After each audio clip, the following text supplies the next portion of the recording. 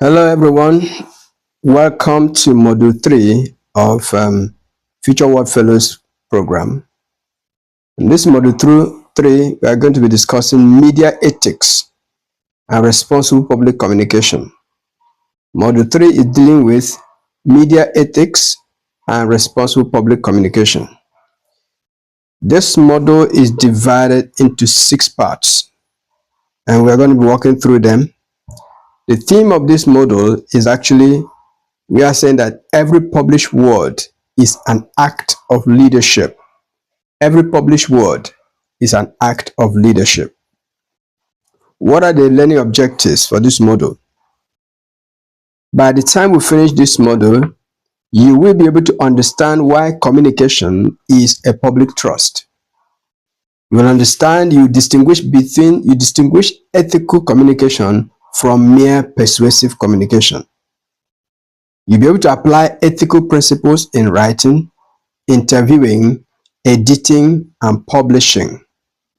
You'll be able to recognize ethical dilemmas in contemporary media.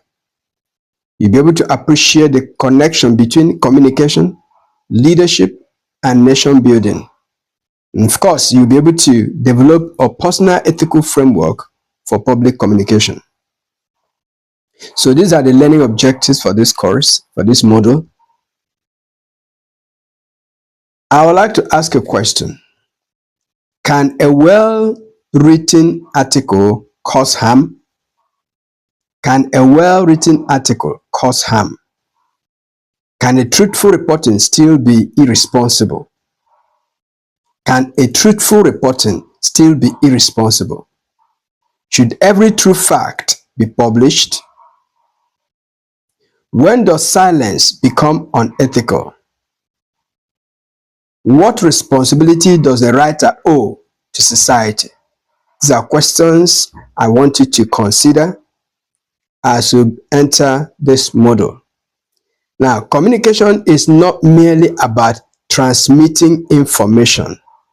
It is about exercising influence. Every act of influence carries ethical responsibility. Remember, we said that journalism, media practice, they are part of they call them the fourth estate of the realm, and they are part of the leadership architecture of every society. Let's get into part 1 of this course. In part 1, we're going to be dealing with why media ethics matters. Why media ethics matters. Now, communication shapes society. Media does not merely report society. Media influences public opinion. Media influences political decisions. Media influences institutional reputations. Media influences social harmony. Media also influences economic confidence and democratic culture. These are areas that media has influence. And if the media does not understand how it influences these sectors, it will just writing report and passing information without understanding how that information is supposed to influence these other spheres of public life. Now, ideas become narratives. It is ideas that become narratives. Narratives become beliefs. Narratives become beliefs. Beliefs shape behavior. Behavior shapes institutions. Now, this is why ethical communication is a leadership responsibility. You know, that's what they call stereotype. When someone says somebody is an Ijebu person, it's a statement, but it's a stereotypic statement. Someone says Igbo people like money, it's a statement, it's a stereotypic statement. The more you repeat it, it becomes a narrative. And that narrative influences how people relate with people from that part of the world. It is media that will continue to either denounce these narratives or promote it or amplify it. And by doing so, the media helps the society either to disintegrate or to stabilize. This is the way these things work. Now, what should society or who should society trust? Who do you think society should trust among these people I'm going to mention now? Which of them or who among them do you think society should trust? Should they trust journalists? Should society trust government? Should society trust academics the more?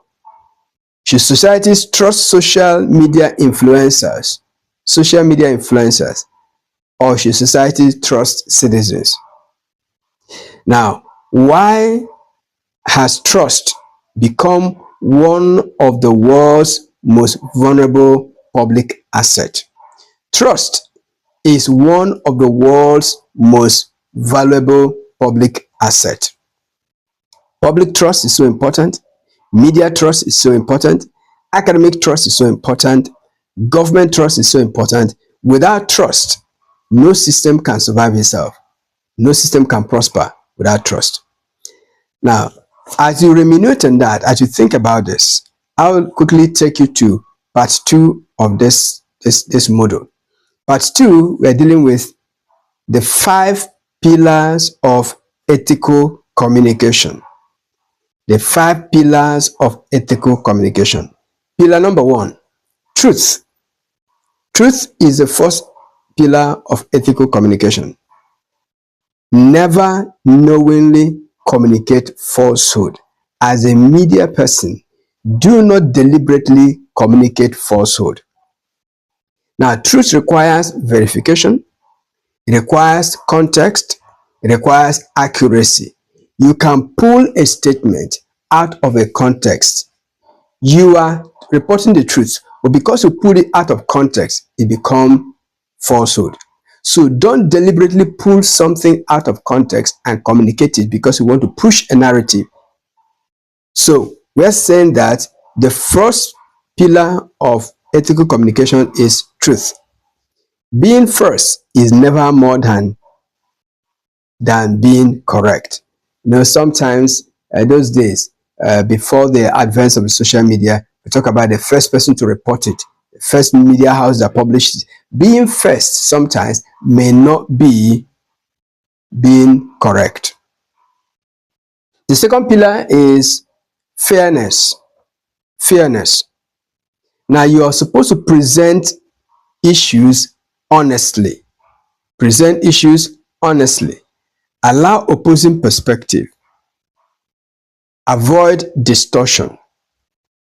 Fairness does not require false balance. It requires intellectual honesty.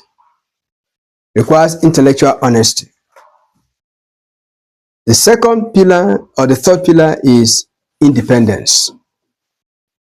Independence. The first pillar is truth. The second pillar is fairness. The third pillar is independence. Now, independence, we're talking about avoid conflicts of interest. You see, we are all human beings. We are all creatures of interest. But when you become a journalist, you become a media leader, you will have to understand your own interest and understand public interest and know how to manage this and make sure that you do not allow your personal interest to override public interest or your political interest to override private interest. So these are things you need to consider. So we said avoid conflict of interest, declare potential biases, do not become a spokesperson distinguished as a journalist. This is the bane of this time. Journalists become spokespersons of media, of politicians. Instead of practicing journalism, they become spokespersons of government officials, spokespersons of institutions. I understand it because I've been a media person. So you can sometimes become a spokesperson of an organization, either because they are taking care of you from behind, instead of being a journalist that you're supposed to be. The fourth pillar of ethical communication is accountability. Accountability. What does accountability mean here? We're talking about ethical communication. We're saying that ethical communicators must admit mistakes. Ethical communicators admit their mistakes. Sometimes you make mistakes. That's why you're a human being. And when you make it, you admit it. You retract it if need be. Don't insist because you've said it that it must be that way. If you discover that it was a mistake, retract it and admit it. Admit it and retract it. Accountability means corrections build credibility. If you're known when you make mistake, you retract it and apologize and make progress. It builds credibility. Transparency also builds trust. Transparency builds trust. So 3 things with accountability. We talk about ethical communicators. You must admit your mistakes, and you must build corrections. We say build credibility, and transparency builds trust. The 5th and the final pillar of ethical communication is human dignity. Human dignity. Every story involves people. There's no story that's not connected to human beings. Every story involves people. So avoid unnecessary humiliation of the people who are involved in that story. Every story involves people. So avoid unnecessary humiliation of the people who are involved in that story you want to write about, you want to discuss, you want to communicate. Respect privacy where it is appropriate.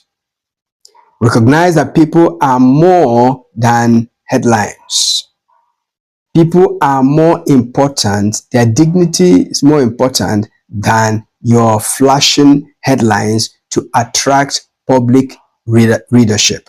So human dignity is so important in ethical communication, and it's part of our Fledism leadership philosophy. We're saying that public leadership has to do with making sure that human dignity is flourishing, human dignity is preserved. So you don't just publish an article while in the process you're making human beings to be look as if they are less than human beings. All right, so that is it. The question I have to ask is, which pillar is most difficult to uphold in today's media environment, and why do you think so?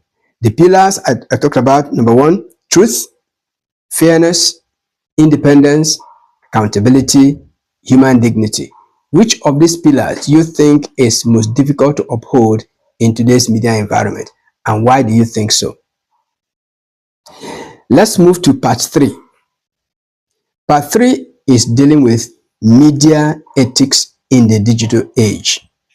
Media ethics in the digital age. Today's communicator faces challenges previous generations never imagined. Those of us who practiced journalism in the 1990s, before the advent of the social media and AI and all of that, we are like people in the 15th century. But people these days, they face challenges that we did not face. So there are fake news all over the place. Artificial intelligence is here. Deep fakes, clickbait, algorithm-driven outrage, echo chambers, viral misinformation. People produce information that they know is false, but push it to viral. And what people hear consistently, they tend to believe, whether that is true or not, whether it is false or true. The people seem to believe because it is viral, it has gone viral. Now, the question, does popularity make information true? That something has gone viral, does it make it true? That a particular issue has gone viral, does it make that thing true? So in this age of internet, in this age of the social media adverse, this age of digital age, challenges are too much for media practitioners to still retain their dignity and practice their profession as the fourth estate of the realm.